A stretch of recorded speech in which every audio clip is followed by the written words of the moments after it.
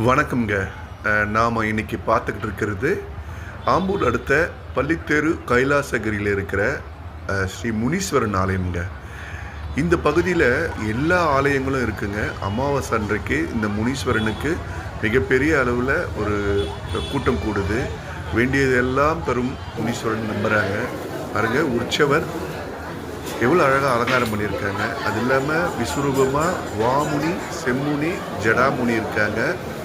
அவங்களுடைய பைரவருடைய துணையோட கூட்டம் பாருங்கள், இவ்வளோ கூட்டம். இன்றைக்கு அமாவாசை, நல்ல அன்னதானம் கொடுக்குறாங்க பாருங்கள். வாழ்முனி, ஜடாமுனி, செம்முனி 3 பேரும் குதிரையோட காவல் தெய்வம் பைரவரோட இருக்காங்க.